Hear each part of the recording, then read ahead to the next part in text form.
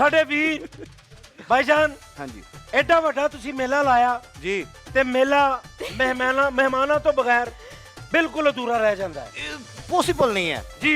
ਹਾਂਜੀ ਤੇ ਇਸ ਕਰਕੇ ਜਿਹੜੇ ਸਾਡੇ ਮਹਿਮਾਨ ਆ ਰਹੇ ਨੇ ਸਾਡੇ ਸਾਰਿਆਂ ਦੀ ਜਾਨ ਜਿਨ੍ਹਾਂ ਨੇ ਬੜੀ ਮੁਹੱਬਤ ਦਾ ਇਜ਼ਹਾਰ ਕੀਤਾ ਪਤਲੂ ਵੀਰੇ ਨਾਲ ਪਤਲੂ ਨੇ ਬਾਈ ਨੇ ਉਹਨਾਂ ਨਾਲ ਔਰ ਵੱਡੇ ਦਿਲ ਦਾ ਵੱਡਾ ਇਨਸਾਨ ਤੁਹਾਡੇ ਸਾਹਮਣੇ ਹੁਣ ਆ ਰਿਹਾ ਹੈ ਔਰ ਤੁਹਾਡੇ ਹੱਥਾਂ ਦੀਆਂ ਤਾਲੀਆਂ ਦੱਸਣਗੀਆਂ ਕਿ ਤੁਸੀਂ ਉਹਨਾਂ ਨਾਲ ਕਿੰਨੀ ਮੁਹੱਬਤ ਕਰਦੇ। ਲਾਲਾ ਮੋਇਨ ਚਾਦੀ ਲਾਲਾ ਆਇਆ ਬਈ।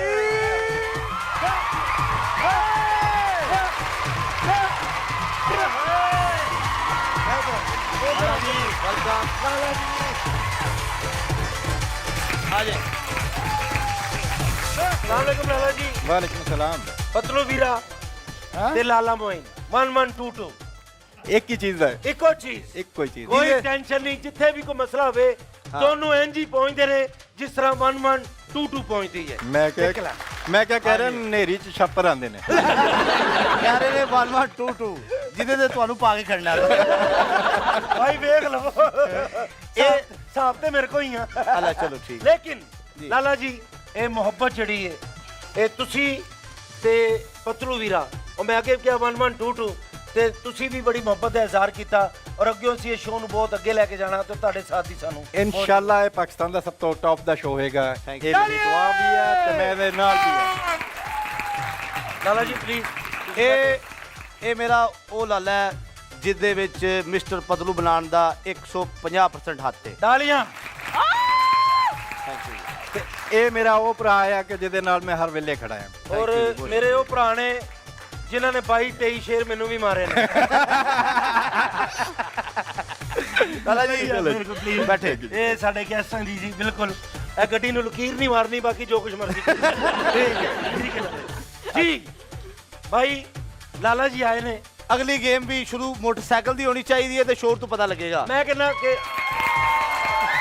ਭਾਈ ਇਹ ਦੂਜੀ ਵੀ ਹੋਣੀ ਹੈ ਦੂਜੀ ਵੀ ਹੁਣ ਤੁਸੀਂ ਕਹਿ ਦਿੱਤਾ ਹੈ ਹਾਂ, ਇਹ ਮੋਟਰਸਾਈਕਲ ਦੀ ਲੀਡਰ ਨੇ ਕਹਿਤਾ ਉਹ ਕਹਿਤਾ ਓਕੇ ਜੀ।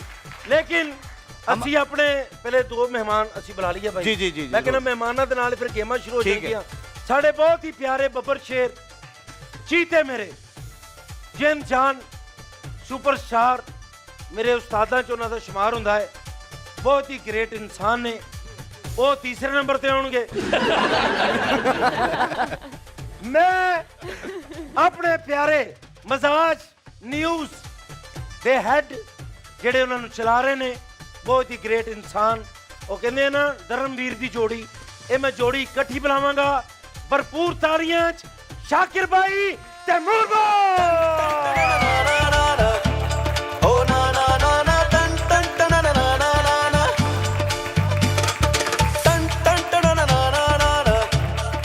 ਜੀ ਸ਼ਾਕਿਰ ਭਾਈ ਕੀ ਲੱਗ ਰਿਹਾ ਤੁਹਾਨੂੰ ਸ਼ੇਰ ਨੇ ਹਿੰਮਤ ਕੀਤੀ ਤੁਸੀਂ ਹੌਸਲਾ ਦਿੱਤਾ ਤੇ ਕੀ ਕਹਿਣਾ ਚਾਹੋਗੇ ਮਾਸ਼ਾਅੱਲਾ ਛੋਟੇ ਭਰਾ ਦੀ ਸ਼ਰਟ ਪਾ ਕੇ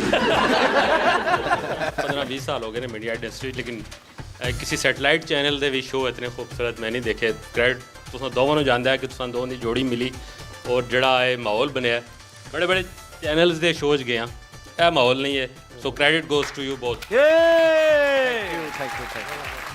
ਔਰ ਲਾਲਾ ਮੋਇਨ ਚੋਈ ਸਾਹਿਬ ਵੀ ਆਏ ਨੇ ਬੜੀ ਮਸਰੂਫੀਅਤ ਚੋਂ ਟਾਈਮ ਕੱਢ ਕੇ ਇਹਨਾਂ ਦਾ ਸ਼ੁਕਰੀਆ ਤੁਹਾਡੀ ਮੁਹੱਬਤ ਦਾ ਲਾਲਾ जी शुक्रिया आगे गपशप तो होती रहेगी।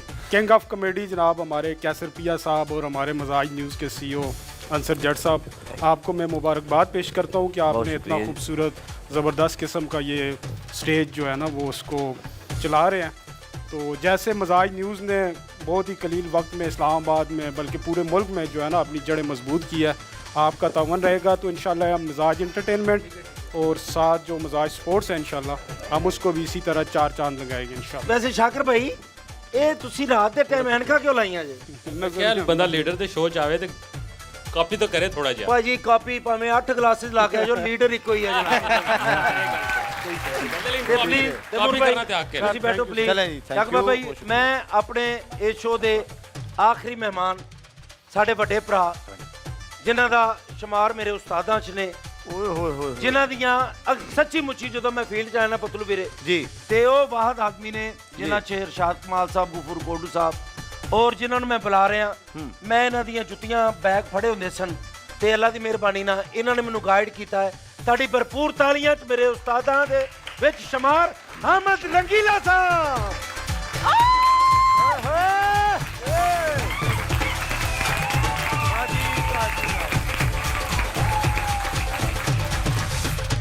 ਮਾਜ਼ਰਤ ਨਾਲ ਇਹਨਾਂ ਈਦ ਵਾਲੇ ਦਿਨ ਨਹੀਂ ਸੀ ਆਉਣਾ।